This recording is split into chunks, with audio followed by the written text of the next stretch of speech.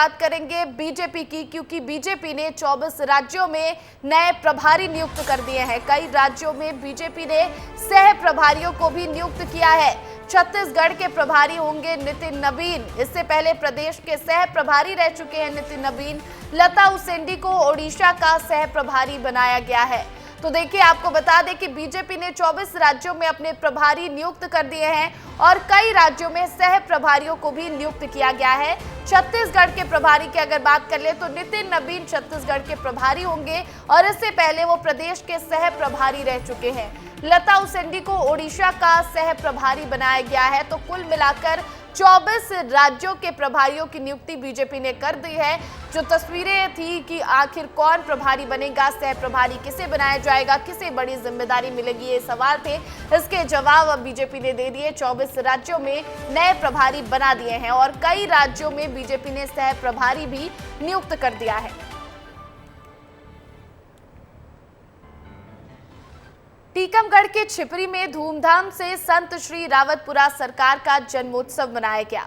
इस दौरान CM doctor Mohan Yadav भी छिपरी पहुंचे और सदाशिव की 61 फीट ऊंची प्रतिमा का लोकार्पण किया।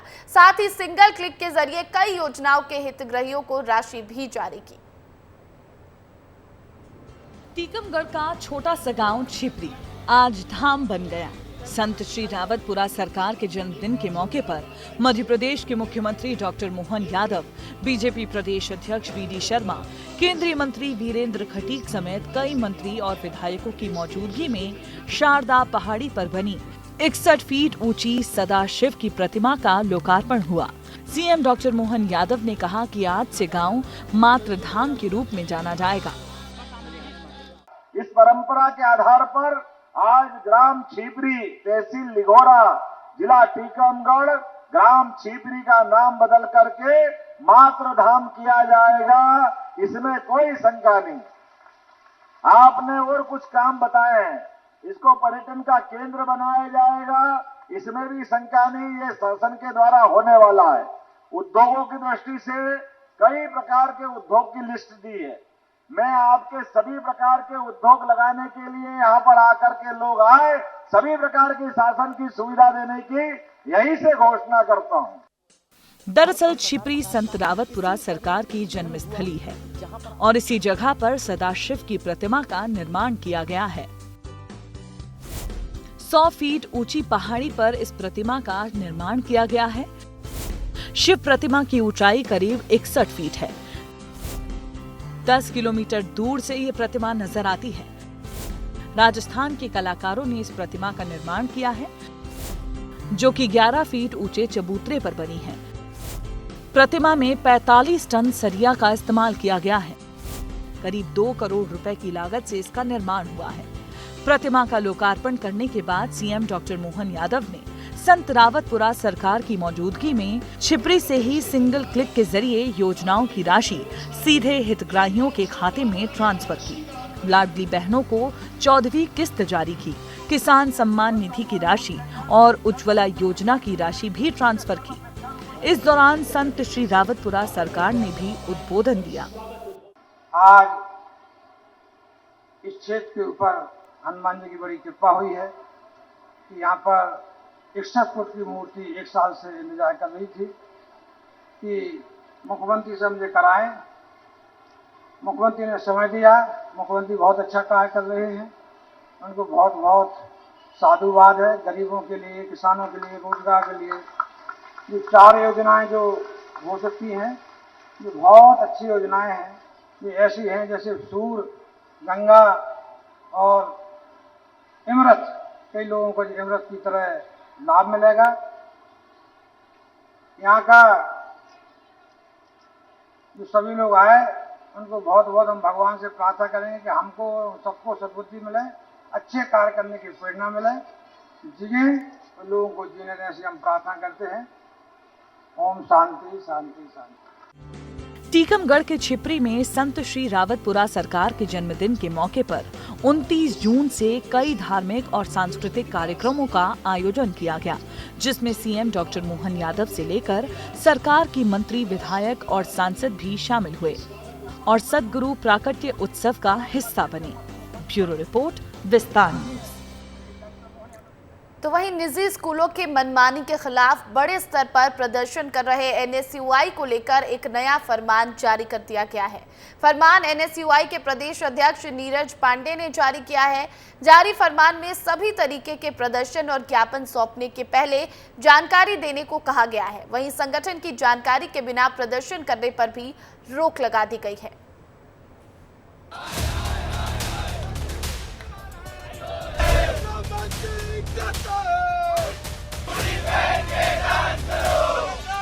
'छत्तीसगढ़ में एनएसयूआई ने एक नया फरमान जारी कर दिया है। प्रदेश अध्यक्ष नीरज पांडे ने प्रदेश एनएसयूआई के सभी जिला, विधानसभा, ब्लॉक, विश्वविद्यालयों के अध्यक्षों और पदाधिकारियों को पत्र लिखा है और कहा है कि शुक्रवार से किसी भी शासकीय और निजी संस्थाओं में धरना, प्रदर्शन और ज्ञापन देने के पहले प्रदेश संगठन महामंत्री और अपने जिला अध्यक्ष को कार्यक्रम से अवगत कराना और अनुमति लेना जरूरी होगा। वहीं जानकारी के बिना कोई भी कार्यक्रम करने पर संगठनात्मक कार्रवाई की जाएगी। आपको बता दें कि इस लेटर के पीछे की वजह बिना संगठन के जानकारी के हो रहे प्रदर्शन को बताई गई है, क्योंकि बड़ी संख्या में बिना संगठन की जानकारी के निजी स्कूलों के खिलाफ प्रदर्शन कर मोर्चा खोल दिया गया था, जिसकी वजह से अलग अलग जगह पर नेताओं के खिलाफ एफआईआर भी दर्ज की जा रही है। वहीं कांग्रेस भी अलग अलग धड़े से बढ़ती भी दिखाई दे रही है। देखिए, कल हमने एक आदेश जारी किया है जिसमें कहा गया है कि संगठन का कोई भी व्यक्ति अब कहीं भी किसी भी शासकीय अथवा अर्ध शासकीय या निजी संस्थानों में धरना, प्रदर्शन या ज्ञापन देने जाता है तो उसके पूर्व उसकी सूचना संगठन को देनी होगी, अनुमति प्राप्त करनी होगी।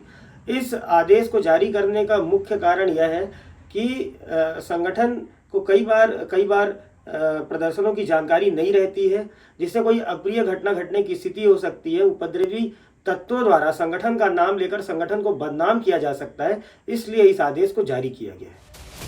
विपक्ष के होने के बावजूद भी एनएसयूआई के प्रदर्शन पर रोक लगाए जाने को लेकर बीजेपी ने भी कांग्रेस पर तंज कसा है। बीजेपी के प्रदेश महामंत्री संजय श्रीवास्तव ने रोक लगाए जाने को लेकर कहा कि पक्ष में रहने के बाद भी जिस तरह से बैन लगा है उससे कांग्रेस के अंदर गुटबाजी की आहट सुनाई दे रही है। ये भूपेश बघेल और दीपक बैज की नाकामी का एक और एपिसोड है। मुख्य रूप से इसका पूरी वजह यदि कोई है तो फिर से एक बार कांग्रेस की जो आंतरिक गुटबाजी है, जिस तरीके से Bhupesh Baghel versus Deepak Baij versus Charandas Mahant, TS बाबा, ये जो चलता रहा उसी का एक और एपिसोड है ये। अलग अलग गुटों में बटी एनएसयूआई के प्रदर्शन से कांग्रेस की छवि खराब हो रही थी। कई तरह के एफआईआर होने से एनएसयूआई के बड़े नेता भी परेशान थे।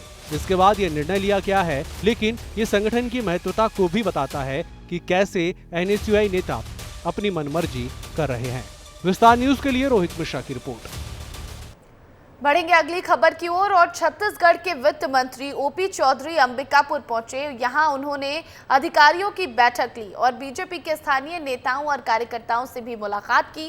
इस दौरान जिले भर के अधिकारी बैठक में शामिल हुए और उन्होंने अफसरों को 2 टूक निर्देश दिए और कहा कि अब माफिया राज नहीं चलने वाला है। अधिकारी माफिया राज के खिलाफ काम करते हुए गुड गवर्नेंस स्थापित करने के लिए काम करें और सरकार की प्राथमिकता वाली योजनाओं के क्रियान्वयन पर ध्यान दें।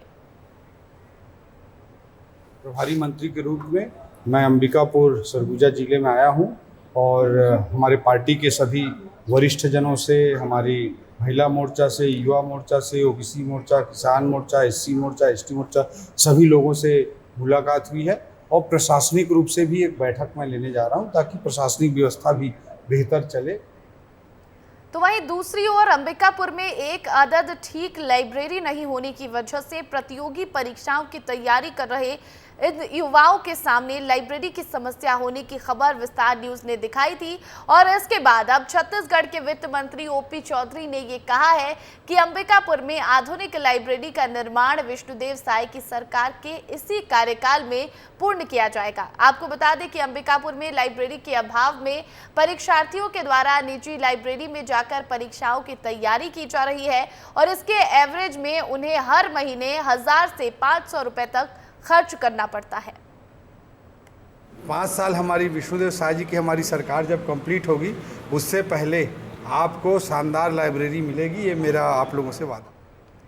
अगली खबर में बात महासमुंद जिले की, जहां बाग बाहरा के स्वामी आत्मानंद स्कूल में पढ़ने वाले बच्चों से फीस के नाम पर पिछले 2 साल से अवैध वसूली का मामला सामने आया है, जहां Swami Atmanand English medium school में 9 से 12 क्लास में पढ़ने वाले प्रत्येक स्कूली बच्चों से 740 रुपए से लेकर 780 रुपए तक स्कूल के प्रिंसिपल द्वारा लिया जा रहा है, जबकि स्वामी आत्मानंद स्कूल में बच्चों को निःशुल्क शिक्षा देने का प्रावधान है। ये पूरा मामला क्या है, इस रिपोर्ट से समझिए। छत्तीसगढ़ की पुरानी कांग्रेस सरकार ने सपना देखा। सपना था क्यों न प्रदेश के गरीब बच्चों को इंग्लिश मीडियम स्कूल में निःशुल्क पढ़ाया जाए। सपने को साकार करने की कोशिश की गई और प्रदेश में 847 आत्मानंद स्कूल खोले गए, जिसमें गरीब बच्चे भी इंग्लिश मीडियम स्कूल में पढ़ाई कर सकें।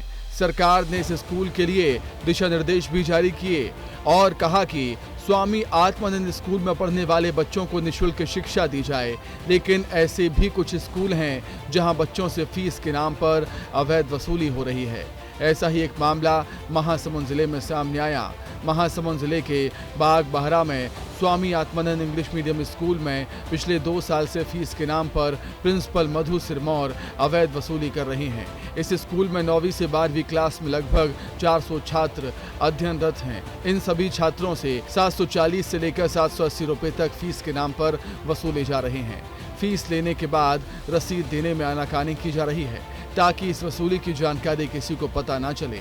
इसके अलावा 200 रुपये और वसूले जा रहे हैं, जिसका कोई रिकॉर्ड नहीं। आर्थिक रूप से कमजोर अभिभावक और छात्र लगातार 2 साल से हो रहे अवैध वसूली से परेशान हैं। छात्रों ने बताया है कि 780 फीस के अलावा फन फेयर, शिक्षक दिवस के नाम पर भी पैसे लिए जा रहे हैं, जबकि स्वामी आत्मानंद स्कूल में फीस लेने का नियम ही नहीं है। ये फीस वहाँ के प्रिंसिपल मधु सिरमौर द्वारा ली जाती है।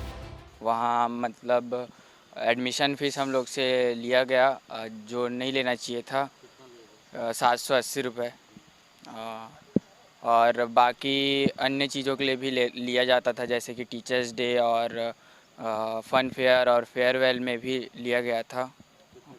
उसमें 50 और 150 करके लेते थे। बिल तो नहीं दिए थे और मांगते थे तो बोलते थे बिल का क्या करोगे, रहन दो, मत ले जाओ, ऐसे करके फिर बहुत बोलने के बाद लास्ट में बिल दिया और पैसा शुरू में ले लिए थे। स्टार्टिंग में ही सेशन के स्टार्टिंग में पैसा ले लिए थे और बिल को अभी रिजल्ट आने के बाद दिए हैं। इस मामले में Swami Atmanand English medium school के प्रिंसिपल मधु सिरमौर से पूछा गया तो उन्होंने पल्ला झाड़ दिया और कहा कि पिछले प्रिंसिपल ले रहे थे, मैं भी ले रही हूँ। मामले में घिरती प्रिंसिपल मधु सिरमौर कई बार कैमरे को बंद करने की बात कहती नजर आईं। जी, जो फीस लेने का आदेश आपके द्वारा नहीं है कहा जा रहा है, उसका ऑर्डर, उसकी जानकारी मेरे पास नहीं थी, क्योंकि ये जो फीस है हमारे पूर्व जो है प्राचार्य जी के द्वारा लिया जा रहा था, अतः मैंने इसको जारी रखा और उसके अनुसार ही ये फीस मैंने आगे बढ़ाया। सर, ये जो फीस अभी जो हमारे पास जो डिटेल है वही फीस उनके द्वारा भी ली जा रही थी। सर, एसएमसी का 300 था और बाकी जो गाइडलाइन जो आया है उसके अनुसार ली जा रही थी। टोटल फीस कितनी है? सर, टोटल सबका अलग अलग है। फिर सर 700-800। इस पूरे मामले में महासमुंद जिला शिक्षा अधिकारी मोहन राव सावंत ने बताया, आत्मानंद स्कूल में फीस लेने का प्रावधान ही नहीं है। स्कूल को शासन से राशि भेजी जाती है, अगर फीस ली गई है तो ये गंभीर मामला है। जांच के लिए अधिकारी गए हैं और इस मामले में कठोर कार्रवाई की जाएगी। बिल्कुल सही कह रहे हैं आप कि इनको कंटिजेंसी के रूप में अनुदान मिलता है और इनको संविदा कर्मी जो शिक्षक है उनके लिए भी अनुदान शासन की तरफ से दिया जाता है और इसमें सख्त निर्देश ये है कि बच्चों से किसी प्रकार की कोई फीस नहीं ली जाएगी, चाहे वो पहली क्लास का बच्चा हो चाहे 12वीं क्लास का है। और बागबाहरा का जो प्रकरण मेरे सामने आया है वो संज्ञान में आया है और हमारा कर्मचारी भी जांच के लिए अभी सतीश नायर को मैंने भेजा है और वो जांच प्रक्रिया के द्वारा उस पर सख्त कार्रवाई की जाएगी। अधिकारियों ने जांच के आदेश दिए हैं, अब देखना होगा कि स्कूल पर क्या कुछ कार्रवाई होती है। ब्यूरो रिपोर्ट, विस्तार न्यूज।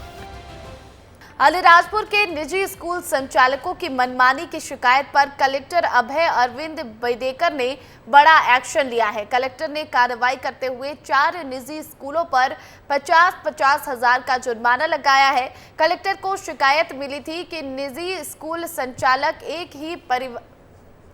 एक ही दुकान से कॉपी खरीदने का दबाव बना रहे हैं, जिस पर कलेक्टर ने चारों स्कूलों पर जुर्माने की कार्रवाई की है।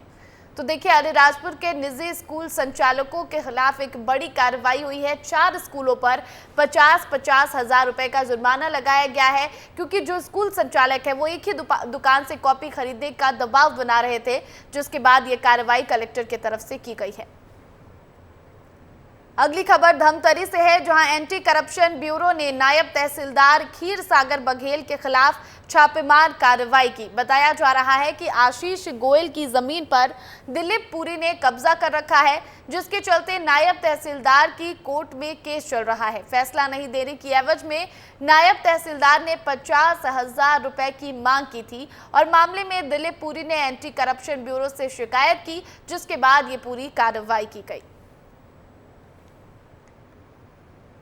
वहीं झाबुआ के थांदला थाने में एक अनोखा मामला सामने आया है, जिसमें राजस्थान के ठेकेदार के मजदूरी नहीं देने के एवज में मजदूरों ने ठेकेदार की जेसीबी पर ही कब्जा कर लिया और उसे थांदला थाने में खड़ा कर दिया। थांदला थाने में इन मजदूरों में शिकायती आवेदन दिया गया है, जिसमें मजदूरों की ओर से ये बताया गया है कि हसमुख अशोक पटेल निवासी सागवाड़ा राजस्थान द्वारा 4 अलग अलग पंचायत में मनरेगा के तहत कार्य किया जा रहा है, लेकिन ठेकेदार ने मजदूरी नहीं दी, जिसकी वजह से इन मजदूरों ने जेसीबी को लाकर थाने में खड़ा कर दिया है। मध्य प्रदेश के दमोह जिले में अंतिम यात्रा के लिए भी लोगों को संघर्ष करना पड़ रहा है। सड़क के अभाव में लोगों को शव कंधे पर लेकर घुटने तक भरे नाले से निकलना पड़ रहा है। ये तस्वीरें एमपी के दमोह जिले के जबेरा जनपद पंचायत अंतर्गत आने वाले सिंग्रामपुर गांव की है, जहां एक व्यक्ति की मौत हो जाने पर ग्रामीण उसे उसकी शव यात्रा निकालते हुए शमशान घाट की ओर ले जा रहे हैं। जैसे ही ग्रामीण शमशान घाट के नजदीक पहुंचते हैं, बीच में एक नाला पड़ता है, जिसमें इतना ज्यादा पानी भरा हुआ है कि लोगों के घुटने डूब जाते हैं और ऐसे मुश्किल भरे हालात में लोग उस नाले को जैसे तैसे पार कर शव को मुखाग्नि देते हैं।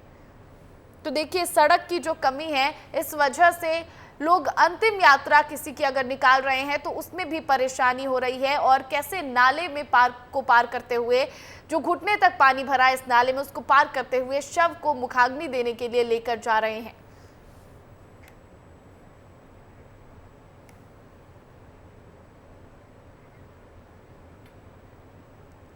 तो वहीं डिजिटल इंडिया के इस युग में अपराध की दुनिया में भी बड़ा बदलाव देखने को मिल रहा है। पहले अपराधियों को हथियार खरीदने के लिए जुगाड़ लगाने की जरूरत पड़ती थी, लेकिन अब ऐसा नहीं है। अपराधी बेधड़क खुलेआम ओपन प्लेटफॉर्म पर हथियार खरीद रहे हैं, लेकिन पुलिस सब कुछ जानते हुए भी कुछ भी नहीं कर पा रही है। इस रिपोर्ट में देखिए कि कैसे ऑनलाइन शॉपिंग वेबसाइट के जरिए अपराधियों तक पहुंच रहे हैं ये हथियार। हथियारों को खरीदना है आसान है, ऑनलाइन खरीद लीजिए। जी हाँ, इतना आसान हो गया है हथियार खरीदना। ये सब कुछ जानते हुए भी सब चुप हैं। बदलते समय के साथ साथ अब अपराधियों के अपराध करने का तरीका भी बदल रहा है। अपराध को अंजाम देने के लिए सबसे जरूरी चीज होती है हथियार, लेकिन आज सोशल मीडिया और ऑनलाइन शॉपिंग के जमाने में अपराधी हथियार बड़ी आसानी से खरीद रहे हैं। एक क्लिक में ही आपको खतरनाक से खतरनाक चाकू आसानी से मिल जाएंगे। कीमत भी कोई बहुत ज़्यादा नहीं है। 300 से लेकर 2000 तक की कीमत में ऑनलाइन शॉपिंग वेबसाइट पर चाइनीज चाकू खरीदे जा सकते हैं। इन चाकू को खरीदने के लिए ना कहीं जाना है, ना ही पुलिस का डर, क्योंकि ऑनलाइन डिलीवरी के जरिए ये खतरनाक हथियार अपराधी के घर तक पहुंच जाते हैं और फिर बेखौफ होकर अपराधी इन चाकुओं से अपराध को अंजाम दे रहे हैं। जबलपुर में पिछले कुछ सालों से चाकूबाजी की घटनाओं में गजब का इजाफा देखा गया है। युवाओं में चाइनीज चाकू खरीदने का चलन भी तेजी से बढ़ रहा है और फिल्मी दुनिया के चक्कर में युवा इन घातक हथियारों को अपने साथ लेकर घूम रहे हैं और फिर कहीं भी लोगों पर आजमा रहे हैं। ऑनलाइन शॉपिंग ने ज़रूर इंसान की ज़िंदगी को बहुत आसान बना दिया है, लेकिन अपराधियों के लिए हथियार खरीदना भी उतना ही आसान हो गया है। मैं आपको प्रायोगिक तौर पर यहाँ पर दिखाऊंगा कि किस तरीके से हम नेट के ज़रिए ऑनलाइन जो वेबसाइट होती हैं उन पर अगर जाते हैं और इस तरह सर्च करते हैं चाकू, तो वैरायटी चाकुओं की इतनी आ जाती है जिसका आप कल्पना नहीं कर सकते। मान के चलिए ये मात्र 999 रुपये में एक चाकू मिल रहा है। ये बेहद खतरनाक दिखने वाला चाकू है, जो आप स्पष्ट यहाँ पर देख सकते हैं कि किस तरीके से इसकी डिज़ाइन है। ये ठीक वैसे ही चाकू हैं जो अमूमन अपराधी चाकूबाजी की घटनाओं में इस्तेमाल करते हैं। जबलपुर में घटित हुई आपराधिक घटनाओं पर नजर डालें तो सबसे ज्यादा चाकूबाजी की घटनाएं सामने आई हैं। इन घटनाओं में लोगों की जान तक चली गई है। युवा अपने पास इन चाइनीज चाकू को रखते हैं, जरा से विवाद पर चाकू से हमला कर देते हैं। तारीख 28 नवंबर, घटना सेंटर पॉइंट पर चाइनीज चाकू घोंपने से युवक की हत्या। तारीख 17 जून, ओवरटेक करने पर इंजीनियर छात्र पर चाइनीज चाकू से हमला। तारीख 20 जून, पानी निकासी के मामूली विवाद में चाइनीज चाकू से हमला। तारीख 1 जुलाई, सिरफरे आशिक ने अपनी प्रेमिका पर चाकू से हमला किया। तारीख 4 जुलाई, एक युवक ने नाबालिग लड़की पर घर में घुसकर चाकू से हमला किया। ऐसे ही लगातार घटनाओं ने पुलिस को चिंता में डाल दिया है, क्योंकि अपराधियों के पास हथियार बड़ी आसानी से पहुंच रहे हैं। जबलपुर में पुलिस अधिकारियों का कहना है कि ये बात बिल्कुल सही है कि अपराधियों के पास से ये हथियार बरामद किए जाते हैं। उसमें अधिकांश चाकू होते हैं जो ऑनलाइन शॉपिंग के जरिए ही खरीदे जाते हैं। पुलिस ने 2 साल पहले भी ऑनलाइन शॉपिंग वेबसाइट से जब चाइनीज चाकू की जानकारी मांगी तो हैरान कर देने वाले आंकड़े सामने आए थे। 1 साल पहले पुलिस ने ऑनलाइन सामान डिलीवरी करने वाली कंपनियों से संपर्क किया। डिलीवरी किए गए चाइनीज चाकू की जानकारी मांगी तो पता चला कि जिले में 24 से अधिक चाइनीज चाकू डिलीवर किए गए हैं। पुलिस ने एक एक व्यक्ति का नाम और पता मंगवाया और उनसे ये चाकू जब्त किए। जानकारी के अनुसार सबसे ज्यादा 250 से अधिक चाइनीज चाकू आधार ताल से जब्त हुए हैं। अब पुलिस एक बार फिर ऑनलाइन शॉपिंग वेबसाइट के जरिए चाइनीज चाकू की जानकारी हासिल करने में जुट गई है। पुलिस का कहना है कि कोशिश की जाएगी कि ऐसे हथियार लोगों को आसानी से ना मिल सके। सभी थाना प्रभारी को हम ये निर्देशित करेंगे कि ऑनलाइन मार्केट से किसी खास पर्टिकुलर क्षेत्र में कोई एक ऐसा हॉट स्पॉट चुन लें और उन क्षेत्रों को की जाकर तस्दीक करें, उन घरों को देखें कि कहीं कोई रिपीट चाकू बार बार तो नहीं मंगाई जा रही है। तो इस दिशा में हम आने वाले दिनों में सोचेंगे। ऑनलाइन प्लेटफॉर्म पर मिलने वाले इन हथियारों को लेकर पुलिस की चिंता भी बनी हुई है, लेकिन सवाल यही है कि आखिरकार इस पर रोक कैसे लगाई जाए। हालांकि जबलपुर पुलिस अब दावा कर रही है कि इसे रोकने के लिए हम ऑनलाइन कंपनियों से संपर्क कर रहे हैं और उन पर ये कहेंगे कि किसी निश्चित स्थान पर अगर बार बार आप हथियार को सप्लाई कर रहे हैं तो उस पर रोक लगाई जाए, लेकिन ये हकीकत में हो पाना बेहद नामुमकिन सा लगता है।